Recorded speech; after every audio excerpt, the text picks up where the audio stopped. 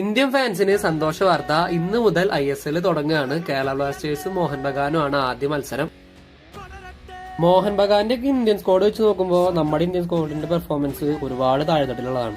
പക്ഷെ ഫോറിൻ പ്ലേയേഴ്സിന്റെ മികവിലാണ് നമ്മൾ ആരാധകരുടെ പ്രതീക്ഷ മുഴുവൻ. പതിവിന് വിപരീതമായിട്ട് ഒട്ടും പ്രതീക്ഷയില്ലാണ്ടാണ് ഫാൻസ് ഇക്കുറി ISL സമീപിക്കുന്നത്. ആദ്യ മത്സരത്തിൽ തന്നെ ബ്ലാസ്റ്റേഴ്സിനെ ഫയർ ചെയ്യാൻ പറ്റുമെന്നാണ് നമ്മുടെ കരുതൽ. പിന്നെ ഇത് ഫുട്ബോളാണ്. ഇവിടെ കണക്കുകളേക്കാളും പ്രധാനം 90 മിനിറ്റിൽ കളിക്കാര് ഗ്രൗണ്ടിൽ കാണിക്കുന്ന പ്രകടനത്തിനാണ്. ബ്ലാസ്റ്റേഴ്സ് മിക്കതും 4-3-3 ഫോർമേഷനിലായിരിക്കും ഇറങ്ങാൻ സാധ്യത.